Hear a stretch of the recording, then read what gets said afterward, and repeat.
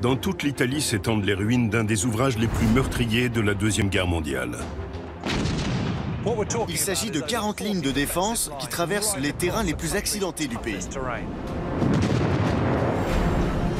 Ce sont des fortifications construites par les nazis pour ralentir l'avancée des Alliés et transformer le paysage en piège mortel. Elles ont été réparties de façon à transformer la zone en un lieu de carnage. Des bunkers camouflés. Ça devait être un dispositif allemand anti-char. Des positions d'artillerie meurtrières. L'ennemi les découvrait quand la mitrailleuse ouvrait le feu. Et un monastère fortifié imprenable.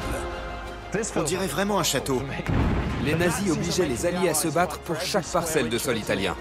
Les chances de sortir indemne de cette campagne étaient quasi nulles. Voici l'histoire des fortifications italiennes d'Hitler. Les plus grandes constructions de la Deuxième Guerre mondiale, qui devaient assurer la suprématie d'Hitler, ne sont plus aujourd'hui que les vestiges de l'ambition militaire d'un fanatique.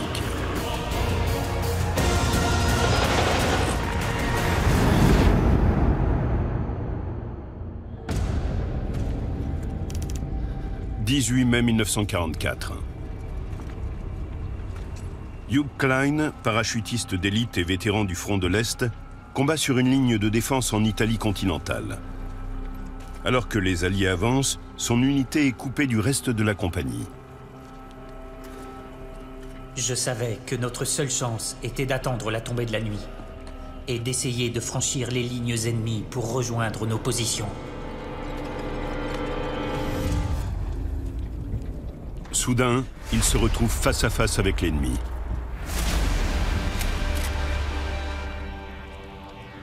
On s'est regardé fixement.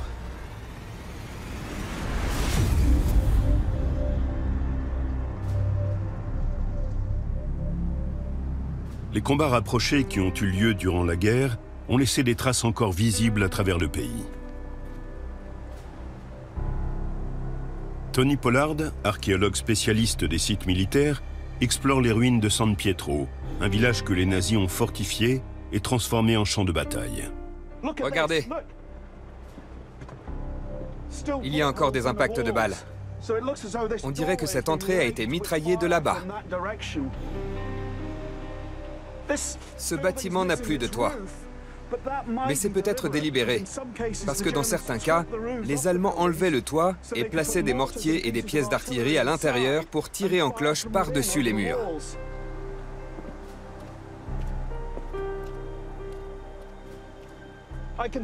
Je peux voir toute la rue. Il n'y a pas d'abri à part l'entrée des maisons. 2 soldats allemands pouvaient empêcher toute une armée de gravir cette colline.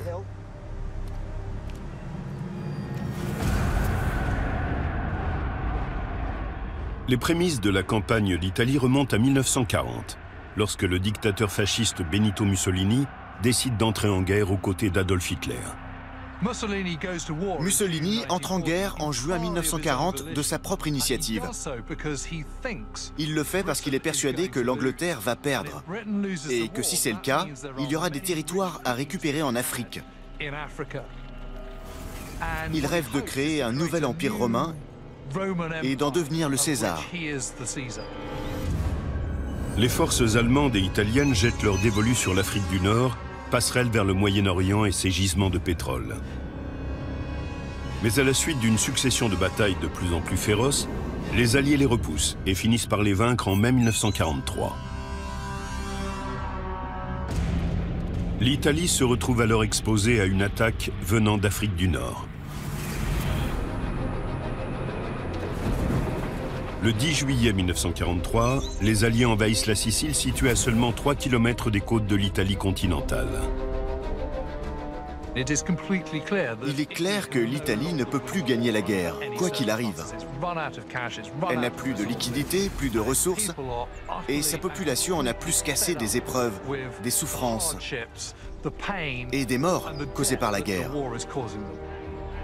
Le roi d'Italie renverse Mussolini et le nouveau gouvernement entame des négociations de paix avec les Alliés derrière le dos d'Hitler. Lorsque les troupes alliées débarquent sur le continent le 3 septembre, l'Italie capitule. Les Allemands sont désormais les forces d'occupation. Hitler demande à s'entretenir d'urgence avec deux de ses commandants les plus aguerris, Erwin Rommel et Albert Kesselring.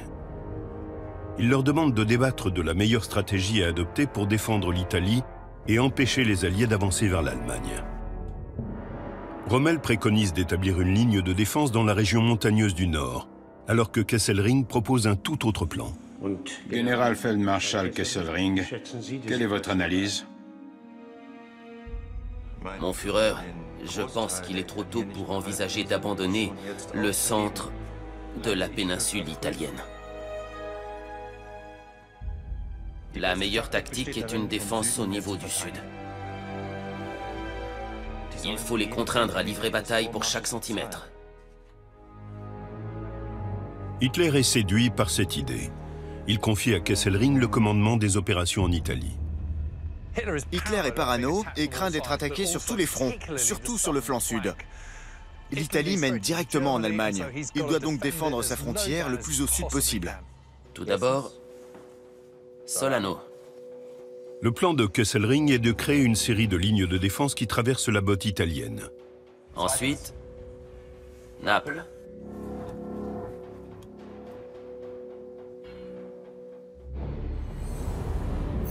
Il y aura au total 40 lignes qui, pour la plupart, parcourront le territoire le plus escarpé du pays, les monts Apennins. Chaque ligne reçoit un nom de code. Les plus fortifiés seront la ligne Gustave, qui protégera Rome, et la ligne Gothique, qui couvrira le nord de l'Italie, dernier rempart sur la route de l'Allemagne. Les nazis ont déjà bâti d'autres murs défensifs. En 1942, ils ont commencé la construction du mur de l'Atlantique afin d'empêcher les Alliés d'envahir la France et la Scandinavie par la mer. Mais en 1943, ces fortifications côtières sont toujours inachevées. Pressé par le temps, Kesselring doit concevoir des lignes de défense totalement différentes.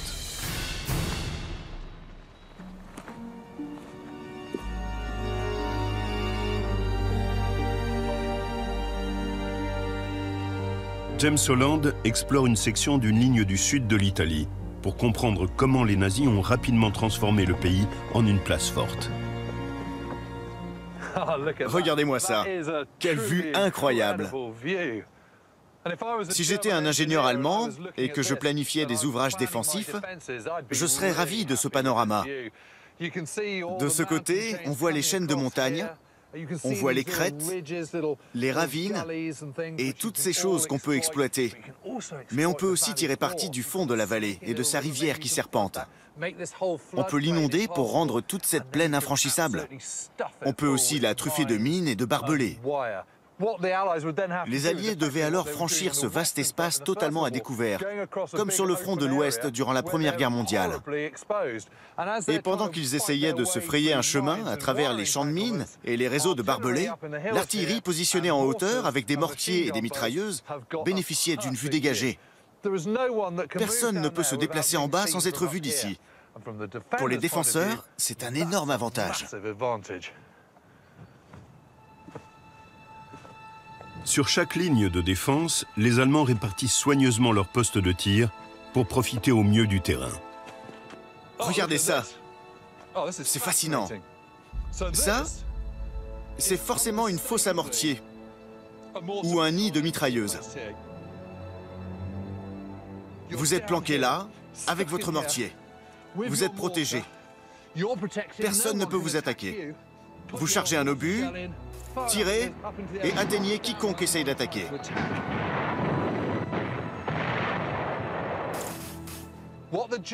Ici, les Allemands ont vraiment tiré profit du paysage. Ils ont relié tous les postes de tir. On est en liaison avec les mortiers et les mitrailleuses de ce côté. Le paysage joue en leur faveur. Chaque ligne de défense est composée de centaines de postes de tir interconnectés qui s'étendent à travers le pays, bloquant l'avancée de l'ennemi.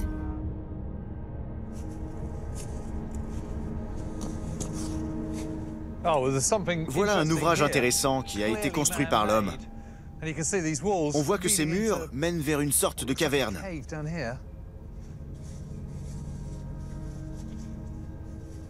C'est incroyable. C'est clairement l'œuvre des Allemands. De ce côté, ça a visiblement été dynamité. C'est lisse. Ce côté est naturel. Ils ont laissé une partie à l'état brut, à partir de la formation rocheuse déjà présente. C'est vraiment ingénieux. C'est incroyable. Une fenêtre sur la vallée.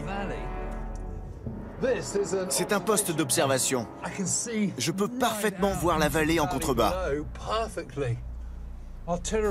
Les artilleurs derrière nous tirent dans la vallée.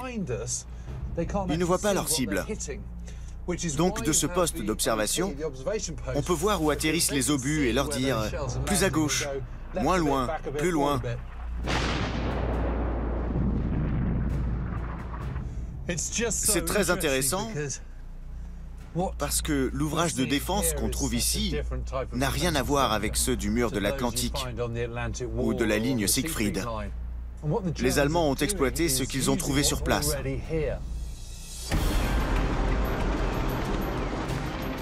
Lorsque de plus en plus de troupes alliées débarquent sur la péninsule italienne et se fraient un chemin vers le nord, les nazis continuent à renforcer leur position de défense.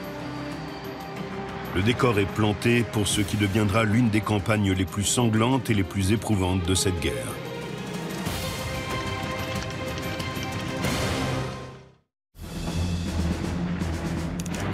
Le 9 septembre 1943, les Allemands commencent à défendre leur position dans le sud de l'Italie. Pour diriger la campagne, Kesselring établit un centre de commandement dans une place forte secrète, à l'abri des bombes des Alliés. Les bunkers du mont Sorate.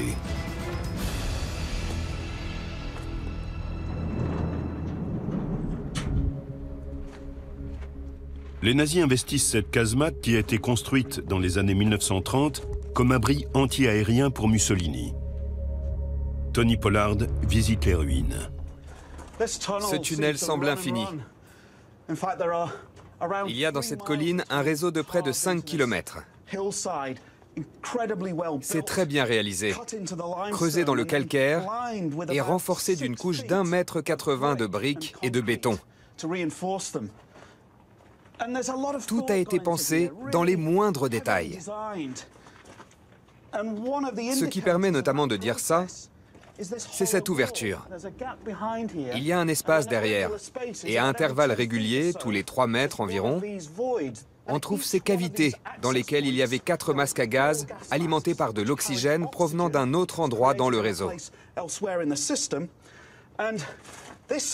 C'était une mesure de précaution contre les raids aériens et surtout contre les bombes incendiaires qui pouvaient embraser l'air dans les tunnels et asphyxier toutes les personnes qui s'y trouvaient.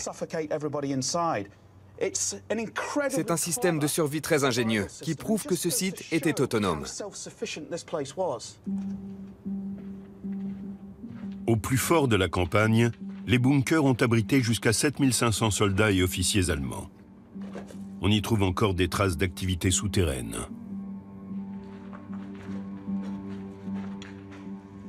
Regardez, c'est magnifique.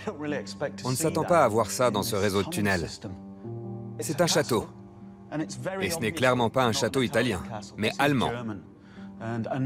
C'est une autre preuve de la présence allemande dans ces monts italiens.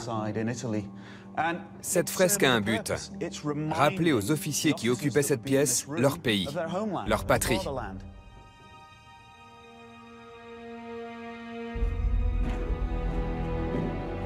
Mais l'une des salles les plus importantes est dissimulée dans une des parties les plus profondes du complexe.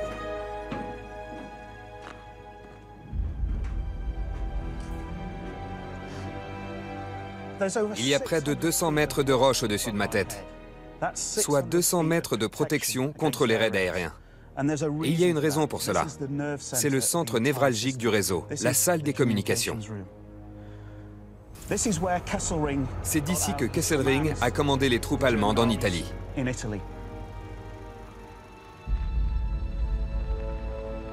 Du fin fond du bunker, Kesselring continue à diriger les opérations défensives dans le pays. Étant parfaitement informé de la situation sur le front et de l'état de notre système de défense, Je suis en mesure d'établir une stratégie pour les mois à venir.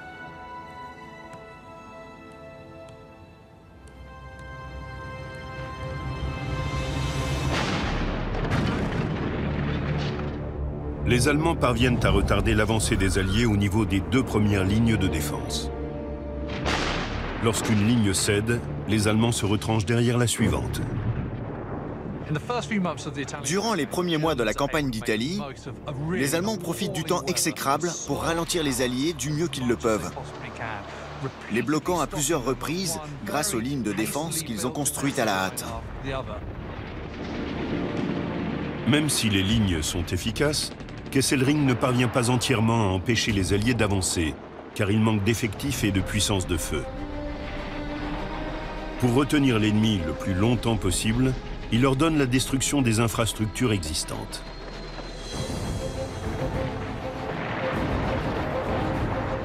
Puis les Allemands se retranchent derrière la ligne de défense suivante, la ligne Bernhardt, à 130 km au sud de Rome.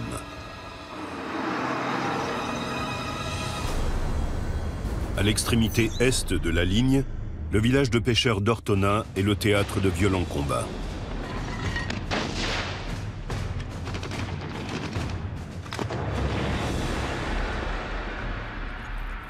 Le parachutiste d'élite Hugh Klein commande une unité d'ingénieurs de combat. Il a pour ordre de transformer les ruines du village en pièges mortels, une compétence qu'il a acquise au cours des combats livrés sur le front de l'Est. Tout est en place?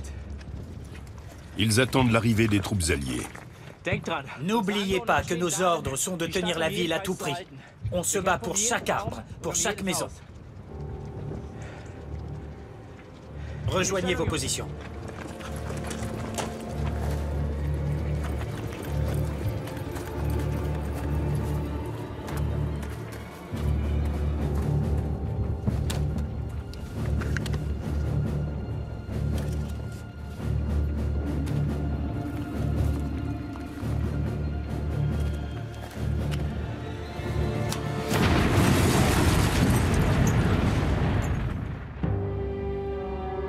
« 110 km plus bas, à San Pietro, se déroule un scénario similaire. Là, les Allemands transforment en forteresse ce village à flanc de montagne.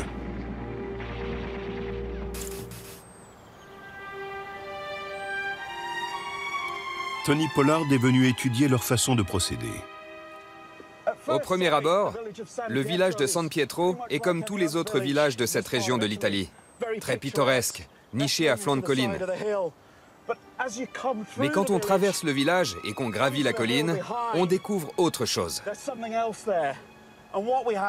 Les ruines du village de 1943.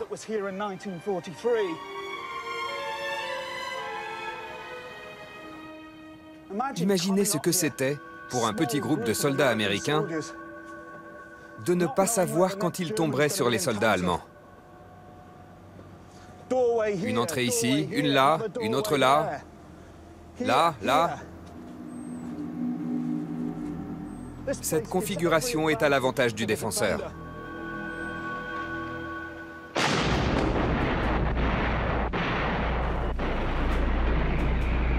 Les Allemands essuient des bombardements d'artillerie alliés pendant 2 semaines. Mais cela ne suffit pas à affaiblir leur position à San Pietro.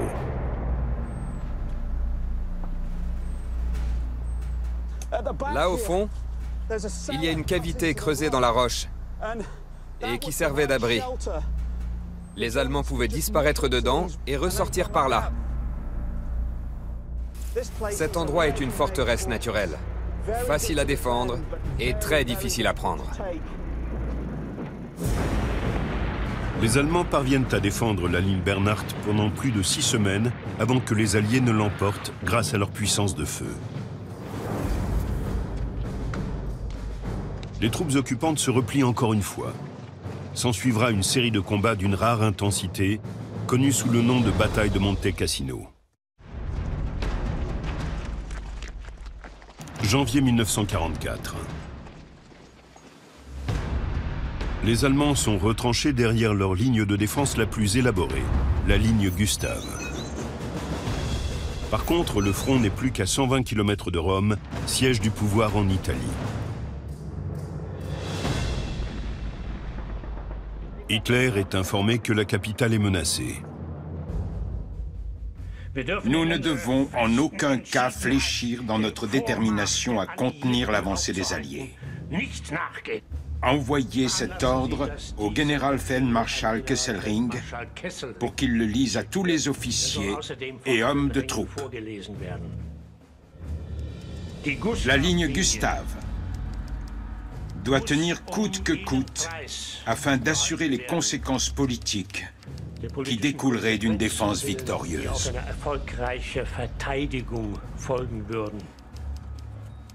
Le Führer exige que l'on mène une lutte acharnée pour défendre chaque centimètre. Kesselring mobilise aussitôt davantage de ressources pour renforcer les positions le long de la ligne Gustave. Il se concentre sur un endroit en particulier, la vallée du Liri, un corridor de 8 km de large au cœur des montagnes, surplombé par la ville de Cassino et son monastère haut perché. James Holland visite une position allemande sur le Monte Calvario. Voilà la vallée du Liri qui s'étend devant nous. Là, il y a le monastère. De ce côté, Rome. Et on aperçoit la route tout en bas. C'est la Via Casilina, qui était en 1944 la seule artère que les Alliés pouvaient emprunter pour rejoindre Rome. C'est pour ça que ce site est essentiel. Il donne sur toute la vallée, et plus précisément sur cette route.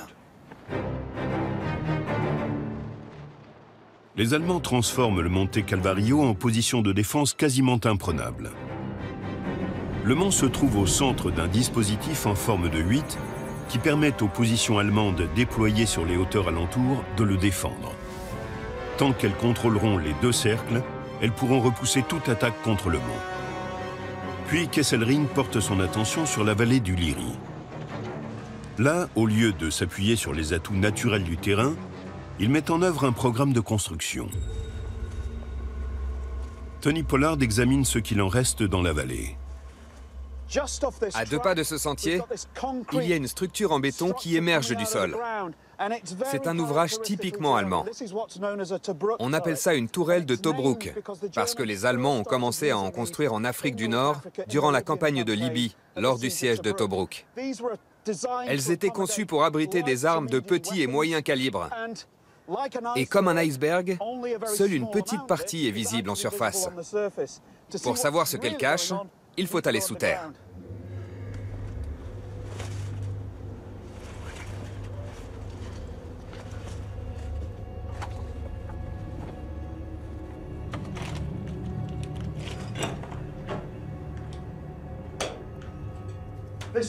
Je me trouve dans la chambrée, qui servait aussi d'abri anti-aérien. Vu sa taille, elle devait abriter 5 artilleurs. Et voilà la tourelle. C'est un peu comme une tourelle de char. La mitrailleuse était fixée sur ce rail en fer sur le rebord en béton pour qu'elle puisse pivoter à 360 degrés. Et c'est près du sol. Il fallait que ce soit dissimulé pour que l'ennemi qui avançait ne la repère que lorsque la mitrailleuse ouvrait le feu et le tuait. Les Tobruk sont un dispositif de défense redoutable contre les assauts de régiments d'infanterie. Mais pour arrêter les chars alliés, Kesselring fait construire un dispositif encore plus élaboré, la Panzerstellung. C'est un bunker creusé dans le sol, enchâssé dans 1,50 m de béton, qui abrite une unité de tir de 9 hommes. Au sommet, la tourelle d'un char Panzer permet de tirer avec un canon de 75 mm. Les deux types de dispositifs sont protégés par des champs de mines et un réseau de barbelés, transformant la vallée du Liri en une zone meurtrière.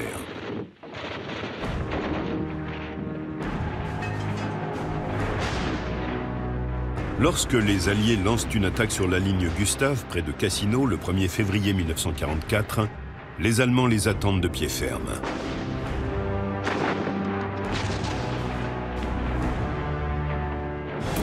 Durant les 2 semaines qui suivent, Les Allemands, retranchés dans la montagne et dans la vallée, résistent aux attaques des Alliés. La route vers Rome reste sous leur contrôle.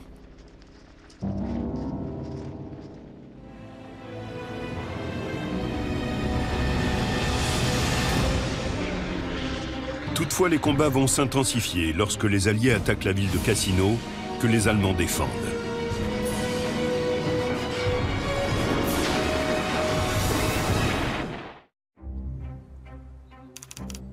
« 14 février 1944. Les Allemands ont réussi à résister à la première attaque des Alliés sur la ligne Gustave. Or, il leur reste une dernière place forte qu'ils n'ont pas encore utilisée, en raison de sa portée religieuse. Le monastère bénédictin de Monte Cassino, qui a été restauré depuis.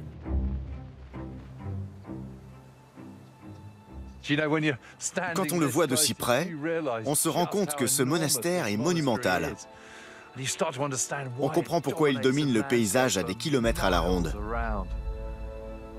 Il est vraiment très imposant et impressionnant. Avant la bataille, le haut commandement allemand s'engage auprès du Vatican à ne pas utiliser le monastère à des fins militaires. Les Allemands étaient censés respecter une zone d'exclusion de 300 mètres autour du monastère. Mais nous savons qu'en fait, il y avait plein de soldats sur les versants en contrebas. Et quand on voit ce tunnel, pourquoi s'en priver? Si j'étais un commandant allemand, je serais tenté de l'utiliser. Peut-être pas comme position de tir, mais certainement comme abri. Regardez-moi ça. Il n'y a pas plus solide. On dirait le passage voûté d'un château.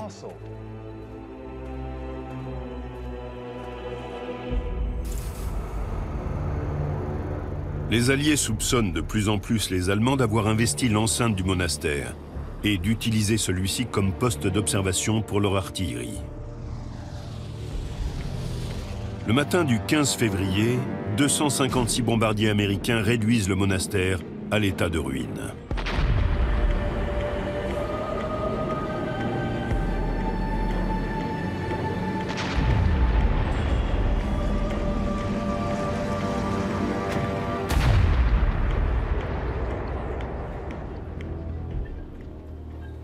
Le bombardement du monastère de Monte Cassino est l'une des plus grosses bavures commises durant la guerre par les Alliés.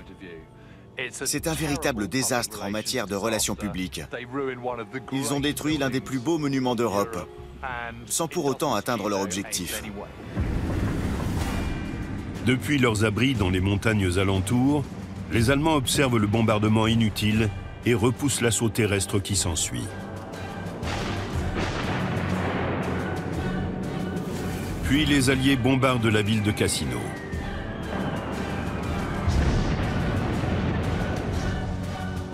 Hugh Klein se réfugie avec son unité dans la cave d'un hôtel, quand le bombardement commence.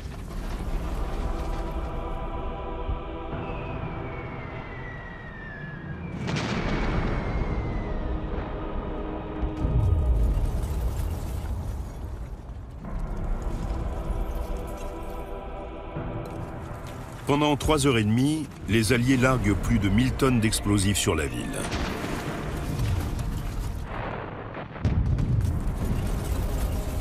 Ce parachutiste d'élite, qui a récemment été nommé lieutenant pour sa bravoure au combat, garde son calme. Ça va ?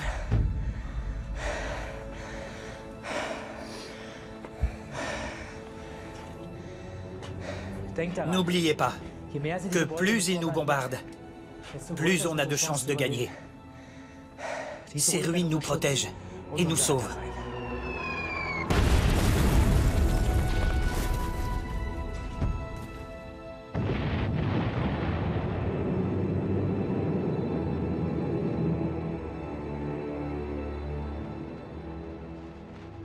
Après l'attaque, le monastère et la ville en ruine offrent une multitude de positions quasiment imprenables. En bombardant la ville de Cassino, les Alliés ont permis aux Allemands de mieux se défendre. Ces derniers ont pu cacher leur infanterie et leurs chars, sachant que les décombres allaient ralentir les chars alliés et les empêcher d'identifier les positions allemandes.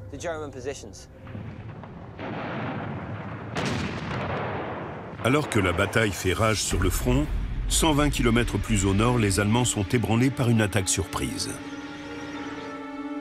Des partisans italiens, dans un acte de défi contre les forces occupantes allemandes, tendent une embuscade à un régiment SS à Rome.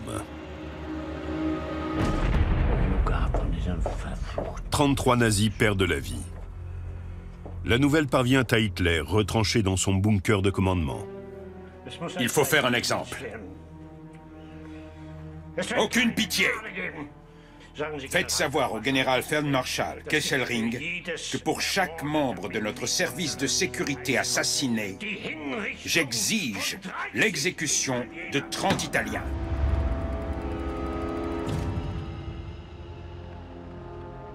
Le lendemain, Kesselring exécute l'ordre d'Hitler. Le massacre des fosses ardéatines sera considéré comme l'un des épisodes les plus sombres de la Deuxième Guerre mondiale.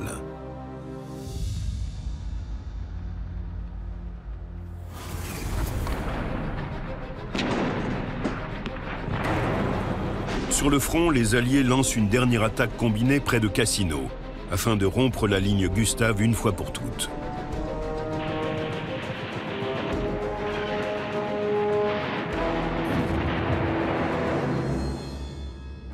Les défenses allemandes sont débordées quand les Alliés frappent simultanément le long de la côte, sur les montagnes et dans la vallée du Liri. La ligne Gustave est enfin brisée.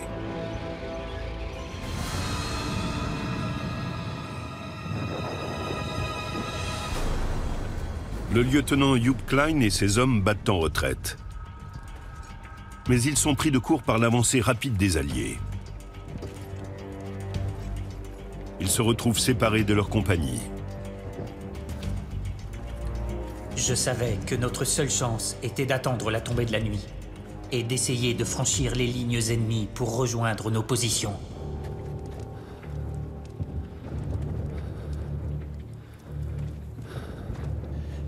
Soudain, ils se retrouvent face à face avec l'ennemi. On s'est regardé fixement.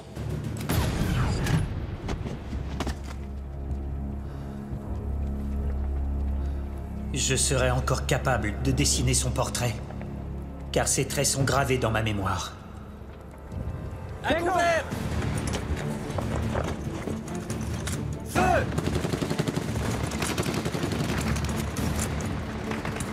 On a réussi à s'enfuir à la faveur de la nuit, dans un effort désespéré de rejoindre nos lignes. On se replie! Par miracle, tous les hommes s'en sont sortis, sauf un. Les Allemands se replient et abandonnent la vallée du Liri. Et le 4 juin, les troupes américaines entrent à Rome. S'emparer de Rome est décisif pour les Alliés, parce que c'est un coup dur pour les Allemands. Et ça remonte le moral des défenseurs du monde libre.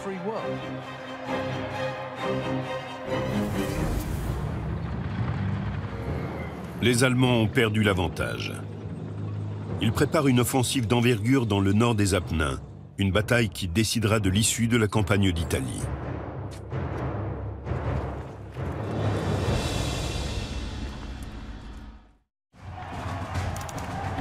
Juin 1944. Tandis que les Alliés célèbrent la prise de Rome, les Allemands s'affairent à la construction de leur dernière ligne fortifiée, la ligne gothique.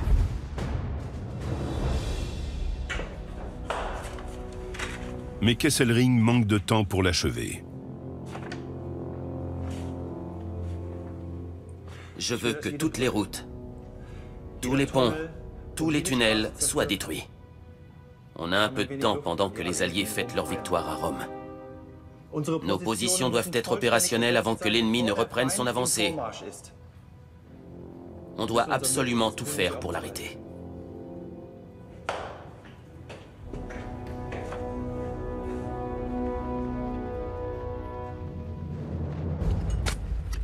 Kesselring enrôle 15 000 civils italiens supervisés par une unité d'ingénieurs allemands pour faire en sorte que la ligne gothique soit la plus fortifiée de toutes les lignes.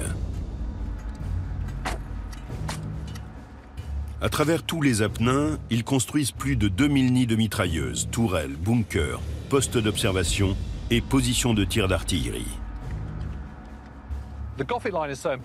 La ligne gothique est vitale pour les Allemands, parce que derrière elle coule le Pô, dans une vaste vallée, et que le premier massif montagneux, après, c'est les Alpes. Si les Alliés atteignent la vallée du Pô, ils pourront utiliser leurs blindés, leurs équipements, leurs engins et leurs avions.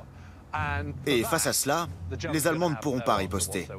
L'étape d'après, c'est les Alpes qui mènent directement en Allemagne. La ligne gothique a deux points faibles apparents, les cols de Futa et Diogo. Ces deux passages mènent à la vallée suivante. C'est donc là que Kesselring place ses positions d'artillerie les plus redoutables.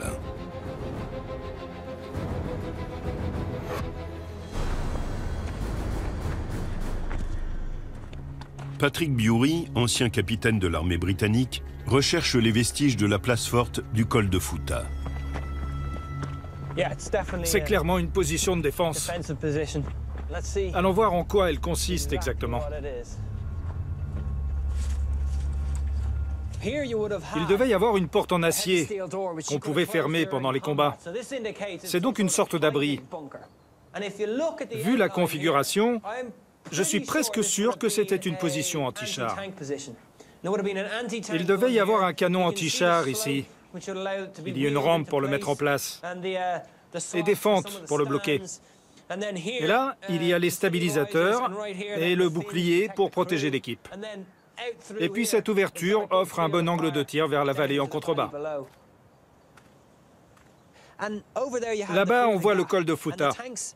Les chars essayaient de passer, et comme le terrain est un peu plus bas, cette position les en empêchait. Elle est placée de manière à pouvoir faire un tir d'enfilade sur les chars, là où leur blindage est le plus vulnérable. Et le canon de 7,5 pouvait atteindre les chars alliés les plus blindés, à une distance raisonnable.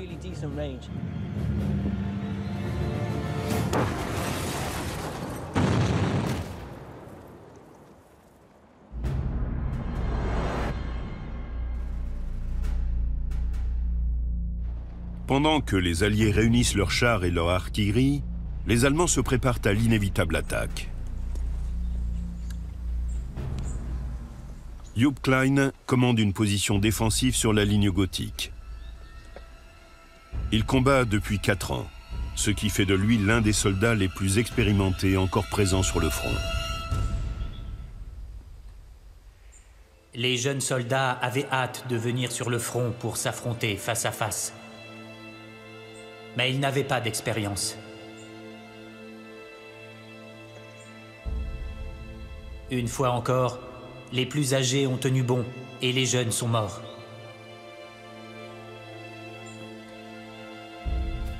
C'est plus que de l'expérience, c'est un sixième sens.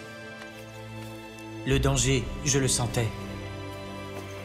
Comme tous les hommes plus âgés. Feu!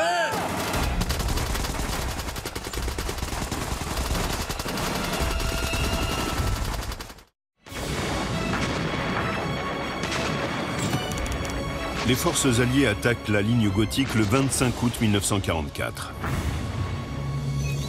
Les Allemands essuient d'intenses bombardements d'artillerie, notamment au niveau des 2 cols de montagne.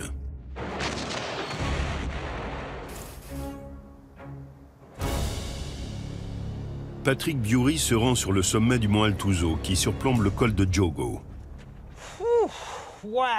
Regardez. Cette position devait être tenue par les Allemands. Elle domine entièrement la vallée. Cette position est essentielle, tout simplement parce qu'il y a une route plus bas, l'une des rares qui traverse la montagne. Donc, tous ceux qui passent par là sont obligés de prendre cette montagne. Ils n'ont pas le choix. Retranchés près du sommet, les Allemands ont un avantage non négligeable. On m'a dit qu'il y a un poste d'observation par ici. Ah oui, ça ne fait aucun doute. Alors, Il y a toujours le creux. Wow. Regardez. Imaginez-vous ici en septembre 1944. Vous êtes un soldat allemand, vous avez votre radio qui communique avec le bunker de commandement et sûrement une mitrailleuse pour vous défendre. Mais cette vue et ce point d'observation sont exceptionnels. Les Allemands baissent leur garde, persuadés que leur position est imprenable.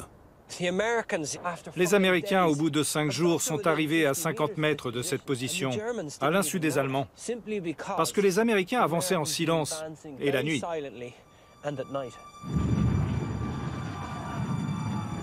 Le 17 septembre, les soldats américains atteignent le sommet.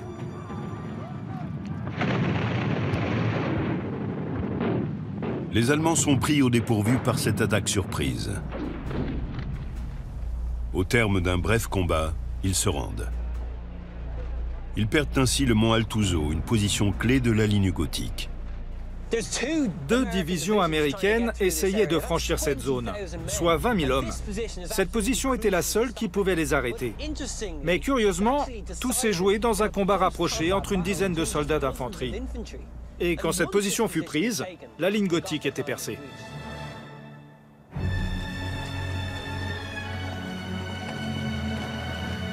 Quand leur dernière position est prise, les Allemands ne peuvent plus empêcher l'avancée des Alliés.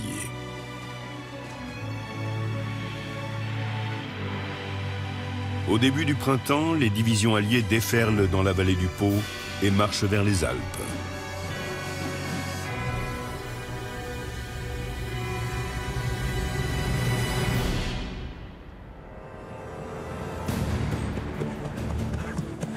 Stop! Le 1er mai 1945, Hugh Klein est maintenant posté en Italie du Nord. Je poursuivais un prisonnier de guerre américain qui s'était échappé. Je n'allais pas le laisser fuir, après tout ce qu'on avait enduré.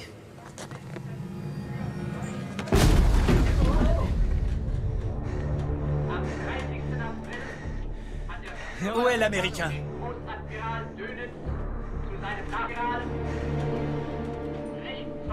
Hitler est mort. La guerre est finie. Ça a été annoncé à la radio. Notre Führer, Adolf Hitler.